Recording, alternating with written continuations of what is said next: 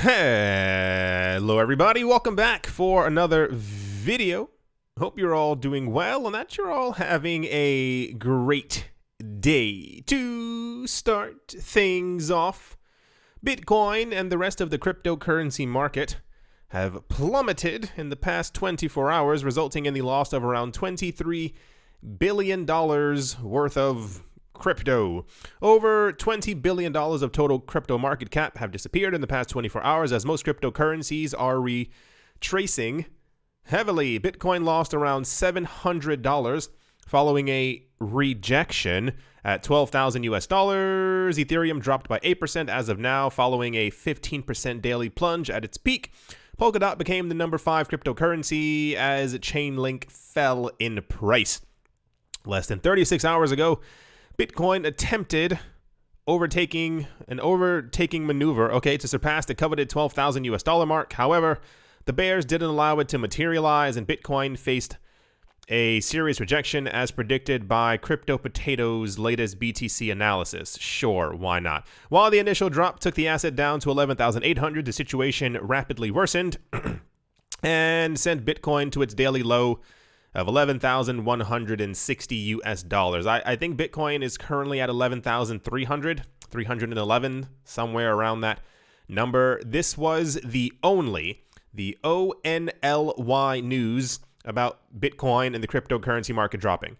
Not joking, I checked around, I tried to find some more, and this was the only article talking about it. Maybe other websites are trying to figure out the exact reason as to why this took place.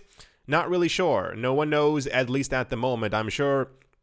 I assume we are going to get some type of information that it was either the Bitcoin futures ending or Bitcoin futures starting, or maybe Warren Buffett said something negative, or maybe someone else coughed too loud, or I don't know. It's always a very nonsensical reason as to why Bitcoin and the wider cryptocurrency market had to fall.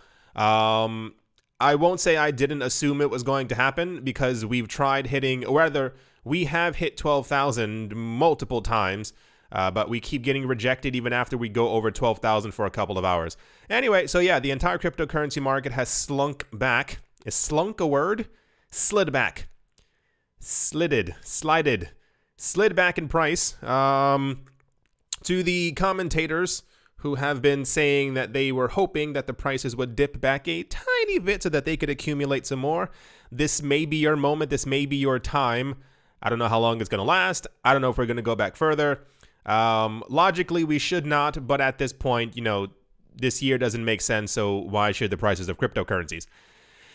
Anyway, without further ado, really, this was the only price news. There was nothing else I could find. There's a whole bunch of other ridiculous news, but as far as what happened to the prices, this was it. And without further ado, let's move on. In one of the weirder stories of the day, responding to numerous 51% attacks on the Ethereum Classic blockchain, ETC Labs said that it thinks it's time to bring regulation to hash power rental marketplaces. Citing the fact that at least 2 of the attacks were perpetrated by renting hash power through NiceHash, a claim that has been confirmed. Wow. A claim that has been confirmed by both NiceHash and Ethereum Classic Labs. ETC Labs CEO Terry Culver also shared with Cointelegraph that according to the information that was provided by CipherTrace, which was hired to investigate the attacks, the attackers used proceeds from the first attack, that's terrible, to rent hash power for the second attack. The latter cost crypto exchange OKEX $5.6 million in damages. The company had to reimburse its users. That was the exchange that I was thinking of delisting Ethereum Classic, I guess because of the losses. The idea of using hash power or a hash power broker to conduct an attack on a proof of work blockchain is not new. For instance, at a recent Unitize virtual conference, there was a panel dedicated to this topic, and an earlier attack on Bitcoin Gold was discussed. So apparently the idea is, bear with me because I'm just using the information that I have, that after, I think they had 2 or 3 51% attacks in 1 month, that apparently they believe the idea is to start regulating who can or who cannot or how much they should be able to receive of rented hash power. I'm going to give you my honest opinion. I feel like the answer is more so, I don't think it's really regulation as far as stop giving attention to blockchains that probably should not exist or are receiving very little attention at the moment or at all.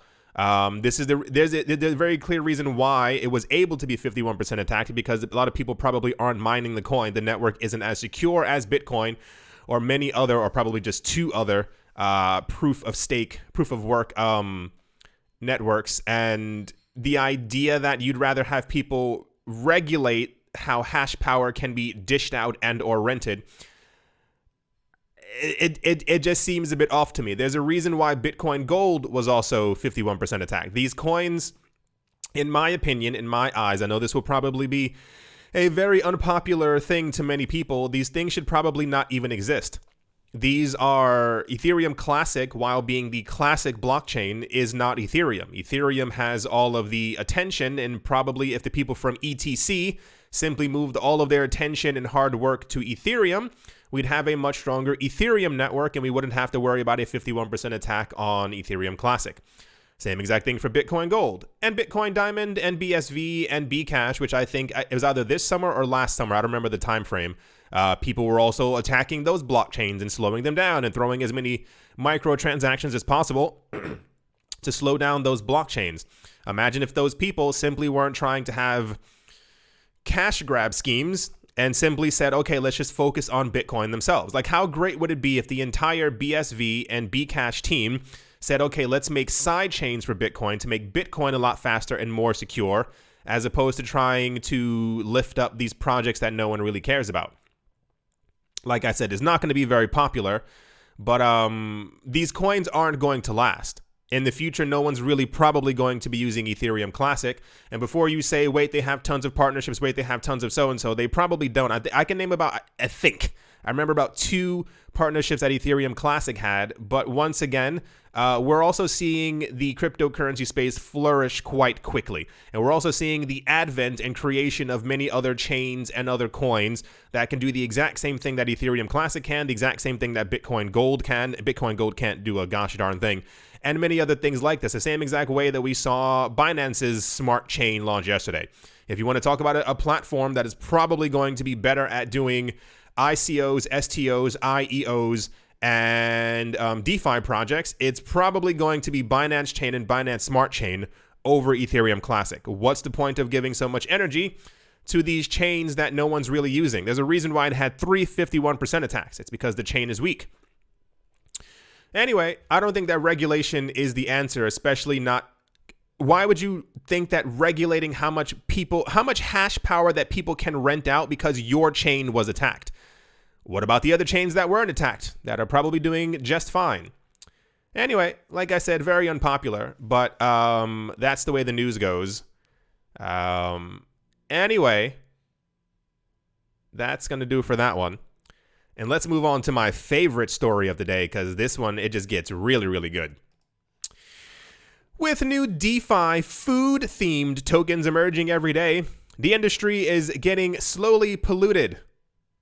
rapidly polluted by pump and dump schemes of cloned platforms and 3-digit APY promises. The latest 2 DeFi protocols to pump and dump worthless tokens, and I do quote, have been HOTDOG coin and pizza coin. As the food meme trend continues, they are essentially clones of other DeFi platforms, some of which are already clones themselves. Love it. The latest is a Uniswap clone called HOTDOG that, just like SushiSwap, promises better annual percentage yields and shares in governance tokens. Yield farmers, dubbed degens from the word degenerate, flock to the platform in hopes of similar gains that SushiSwap made.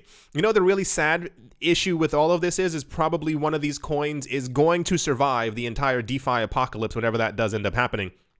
But they're not going to be like a big coin, but they're going to be like the Dogecoin kind of thing. There's a reason, like Dogecoin was made as a meme coin. It's still a joke coin. No one's going to be using it rapidly, whatever, in the future. But it's still around, kind of thing. It's like one of around 800 other coins from that time period that have been washed away, but Dogecoin still survives. HOTDOG tokens skyrocketed, here we go, to as high as $6,000. HOTDOG coin jumped to $6,000 in just a few hours. According to charts on uniswap.info, it appears that the early adopters then sold off after the dump, which induced an epic dump, smashing the tokens back to $1 in just an hour. $6,000 to $1 in an hour. In the course of 5 minutes, the HOTDOG tokens took a deep dive from $4,000 to $1. There's that little chart right there. Quite beautiful. At the time of writing, HOTDOG tokens are trading at 1 cent, which is as close to zero as you can get following a 99.99% dump.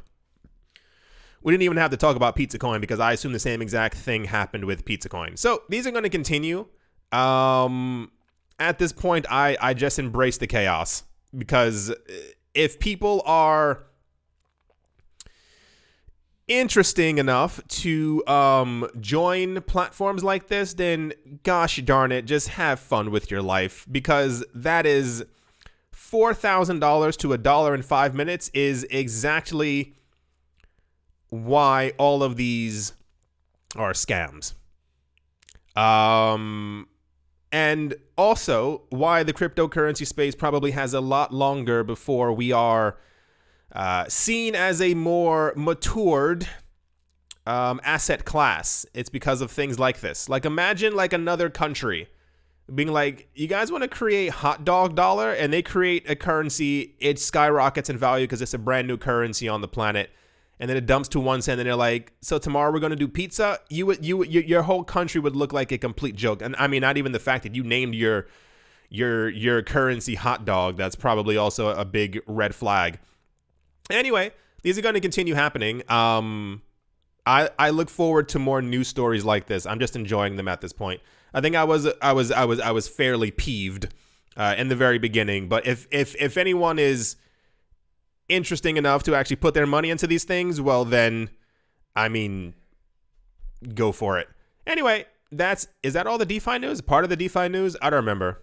DeFi is everywhere. And there was, oh my gosh, there were so many other DeFi. The news is actually, I'll use the word polluted the last couple of days. It's very difficult to find any real news stories because other cryptocurrency websites keep making sure to talk about publish news about this coin went up by 1,000%. This coin dropped by 80%. This coin did so and so. Why the future of DeFi lies in this coin. And they're coins that just came out like a day or two before.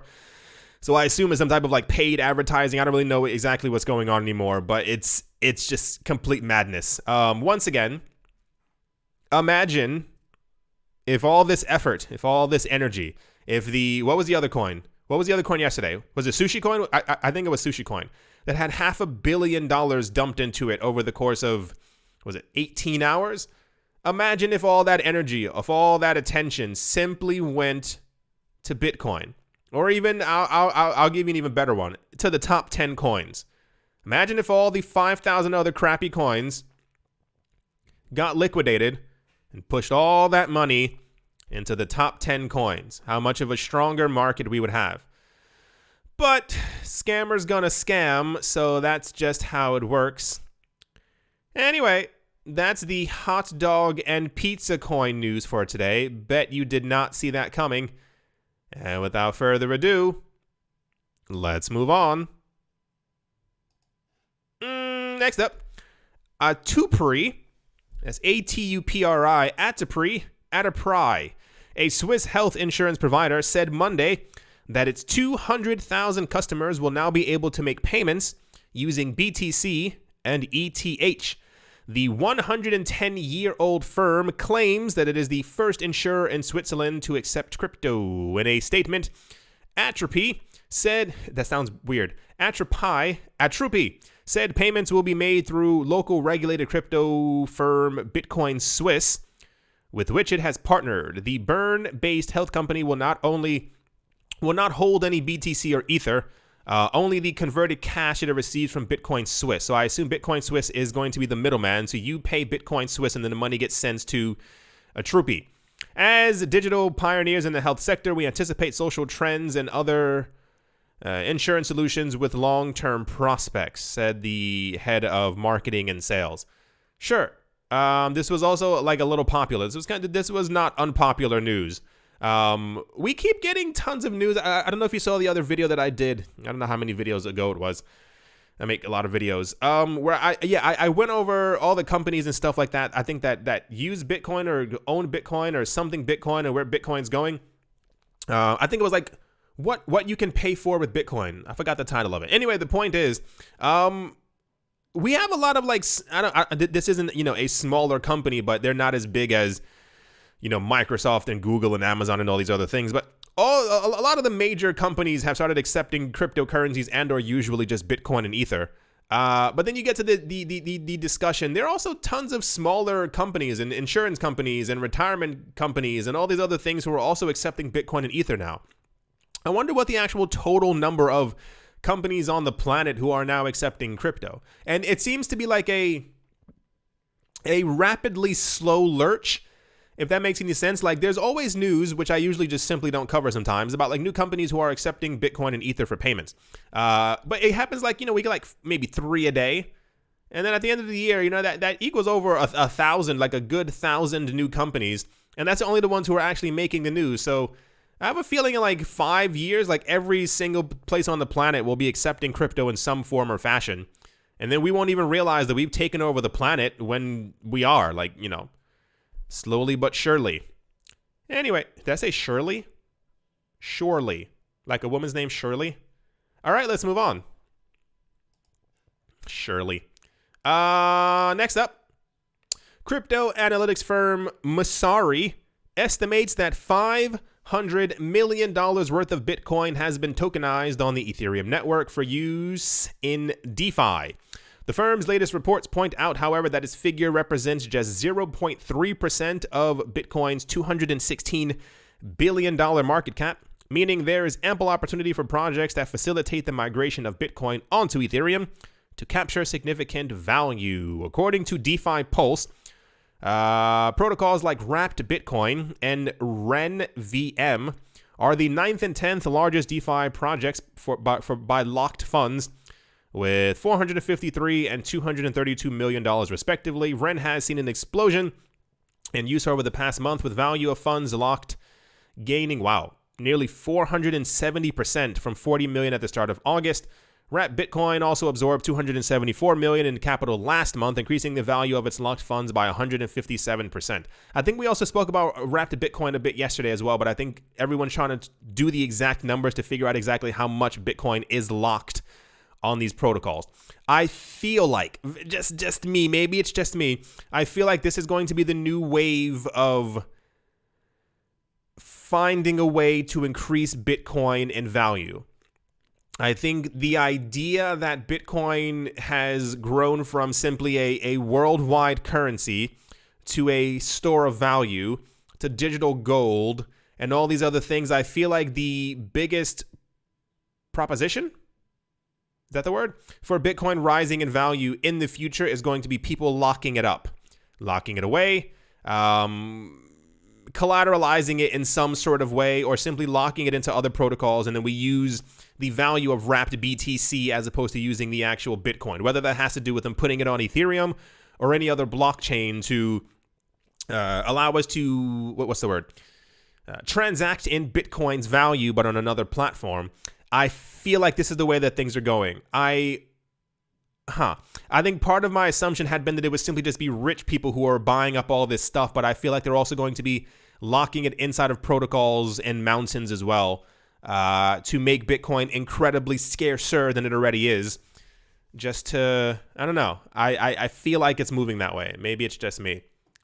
What's this one? Does it have to do the same exact thing?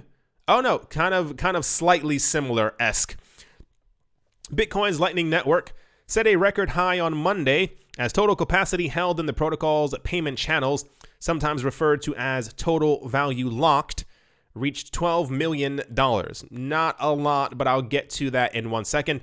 2 weeks ago, Lightning set the prior high of 12.37 million, surpassing the long-standing previous mark of 12.3 million that was reached in early July 2019 and lasted for 405 days. Bitcoin's appreciation has certainly helped boost the Lightning Network as the bellwether cryptocurrency gained more than 30% since July. There's a little chart right there. The total number of Bitcoin held on Lightning sits at 1,060 Bitcoin, up 24% so far this year, but still remains below the record high of 1,105 Bitcoin in early May 2019. So for those of you who don't know, the Lightning Network is meant to be the same or similar to Plasma, which was a scaling solution for Ethereum that we don't hear about at all anymore. These were the kind of things that you would be able to use or have, and Bitcoin would be able to transact in tens of thousands, if not hundreds of thousands, if not millions of transactions per second. Not joking, on the Lightning Network. As the future went on, the entire idea is that as Bitcoin's Lightning Network was more adopted, people would lock more Bitcoin into the Lightning Network, and therefore Bitcoin's value would increase. It's kind of the same exact thing with DeFi. If you lock up $500 million in Bitcoin, well, that $500 million in Bitcoin is no longer really circulating. If you lock it into the Lightning Network, it allows people to have different payment channels and be able to transact in Bitcoin a lot quicker. I think the network fees on the Lightning Network were something like 1 Satoshi. So it's like 1/1000th of a cent. Like, it was absolutely nothing.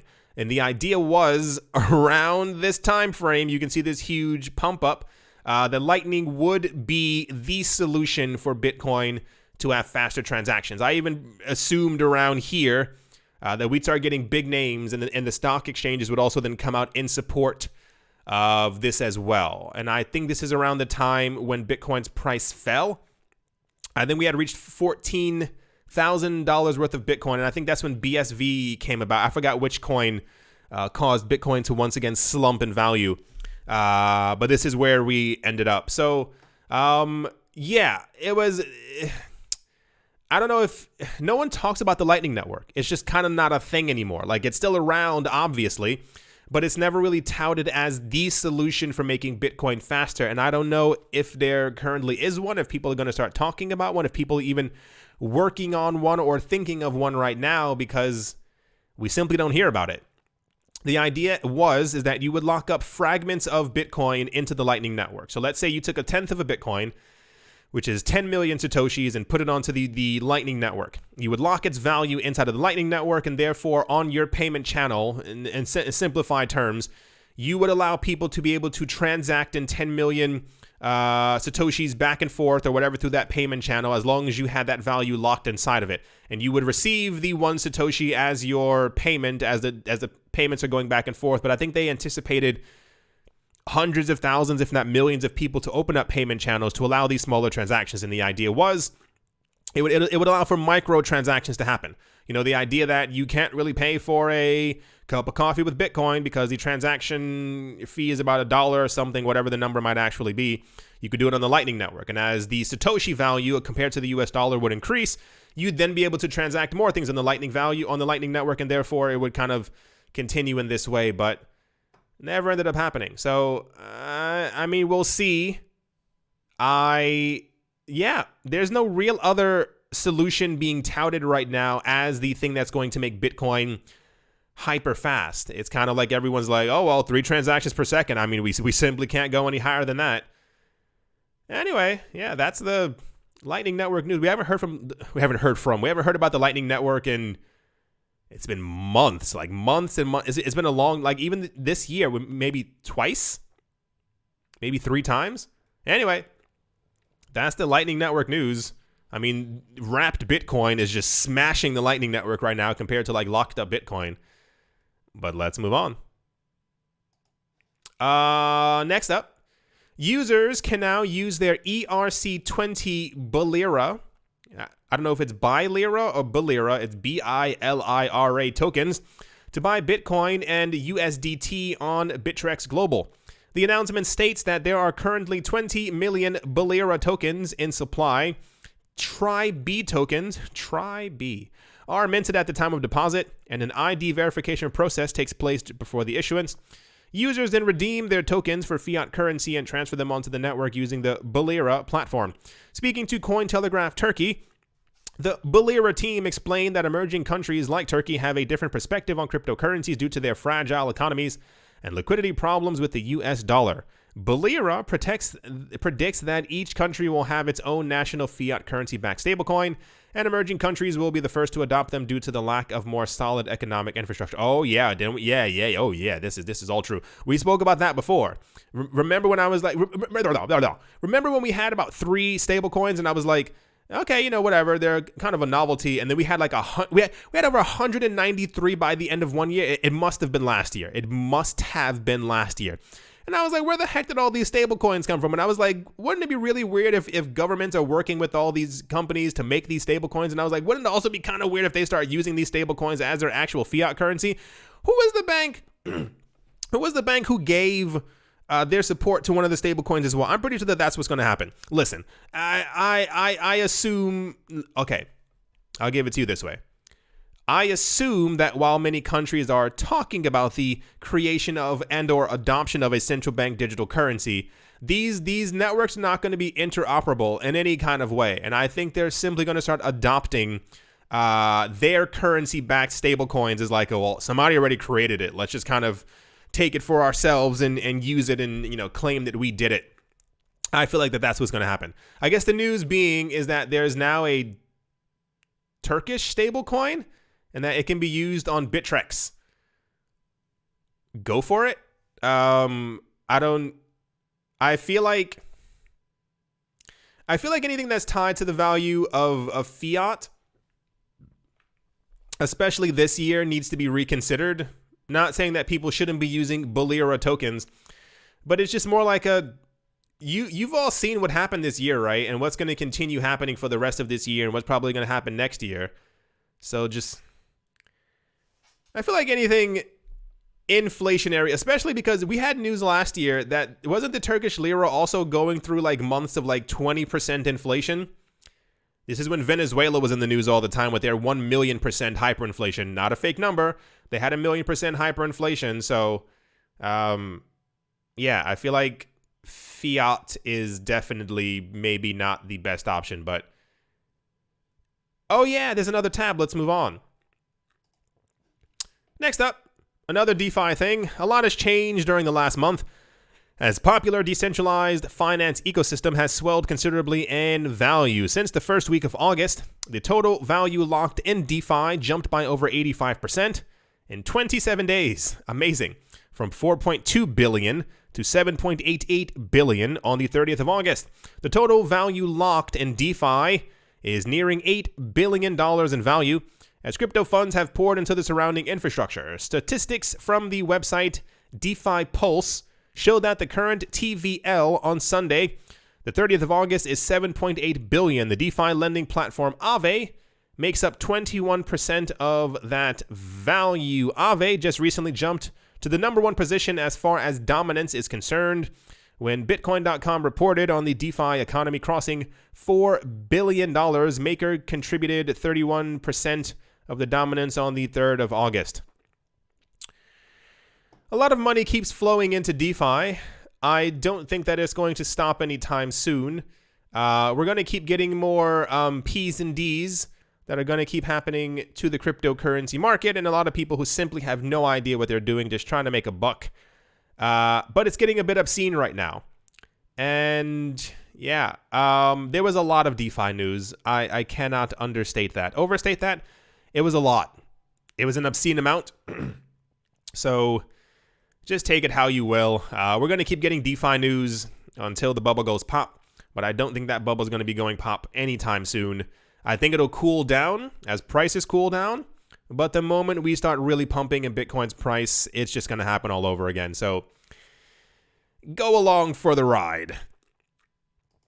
And to finish things off in like really popular news, I don't know why, Fortune I assume that's Fortune magazine or Fortune website, picked out a number of individuals deemed as the most influential for 2020. I didn't make the list. It's really sad. Listing 40 different names across 5 separate sectors. Binance US's CEO, Catherine Coley, and eToro CEO, Yoni Asia, found their names on the list published on the 2nd of September under the finance section. Technology, politics, healthcare, and media made up the other sections, including each holding the top 40 people under the age of 40, putting a total of 200 individuals on the list. Binance US serves as the US's regulatory-friendly crypto trading option under the exchange powerhouse Binance. eToro gives investors and traders access to crypto and mainstream financial products. Diogo Monica, president and co-founder of cryptocurrency custody platform Anchorage, also made the list in the finance category. I don't know what it is. Remember the other day, didn't we have something like the Fortune 500 names or something like that? That also really made the news. I think Ripple made the list, and someone, like, for some reason, I don't know if it's that people within the crypto space are being recognized and therefore being put on these lists, and this is why it becomes news, or if it's that people, maybe that, no, I think that has to be that has to be the logical answer, right? Because this was also all over the place. A lot of people were really happy. I mean, these people are super rich. Like, did you think they weren't going to make these rich lists? Or, I guess, influential people? She's the CEO of Binance. I would also make the list if I was the CEO of Binance. Anyway, yeah, that was, I don't know. That was popular news for some reason. We keep getting news like that. It's just very, very odd things in the cryptocurrency news spotlight, but we're just gonna move on like that didn't even happen.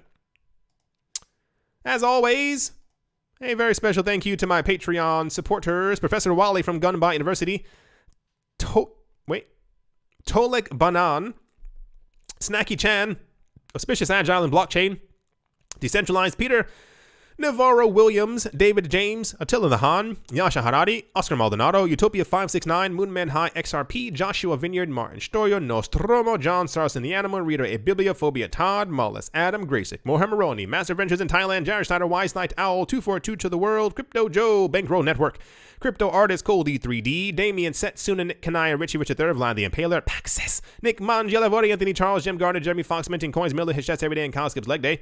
Yes to Crypto, Buddy Big Boatface, Anytime Fitness, Monks Corner Staff, Arfmedic17, Bake Me a Cake, Tigger Macho Nisa, On Crypto with Lionel, Crayola Michelle, URL, and Bolero Bastos. Thank you all very, very much for your support. Thank you to everyone who is a member of the channel by clicking the little join button below, and thank you to everyone who is a clicker of affiliate links, and thank you to every single person out there who is a supporter of the channel in their own way. At the moment, the cryptocurrency market is red. Except for Tether, because that's how Tether works.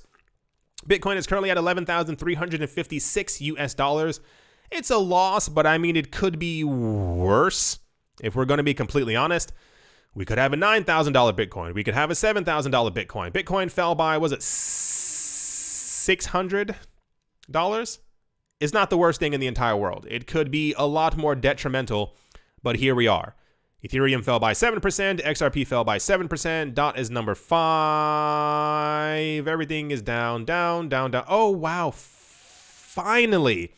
BSV is number 12. It took a year.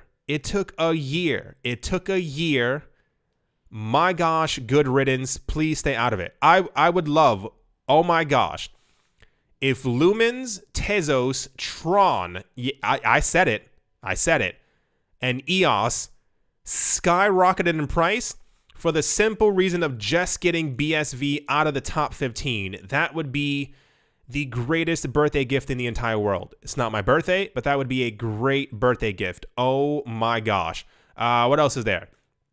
UMA is up by 16% because, DeFi. Yearn is up by 6% because, DeFi. It looks like a lot of the coins are trying to recover. A lot of them are definitely having little spikes upward. Ethereum Classic is not down by 39% like it probably should be. Only down by 6.95% because, logic. Everything's in the red. Red, stablecoin, red. Yeah. We'll see what happens during the rest of the day. I feel like we're going to have like a slight recovery. to around like 11,700 and kind of just trend there until we start getting either super optimistic or super pessimistic news, because that's how the cryptocurrency market works. Still no reason for us to be below 15,000. There was a lot of other news. I don't have it in this video. It just seemed redundant, more or less. People just echoing what I was saying, that the price of Bitcoin seems incredibly undervalued. But alas, here we are, and this is just how the market does. I do hope that you all enjoyed. I'm very happy today. I know what's going on. I'm like very energized. I do hope you all enjoyed. Hope you all are having a great day, a great morning, a great afternoon, a great evening, wherever you are, wherever you might be. I do hope that it's absolutely fan-freaking-tastic. Thank you all once again for watching and or listening, and I will most certainly be talking to you all soon. See you.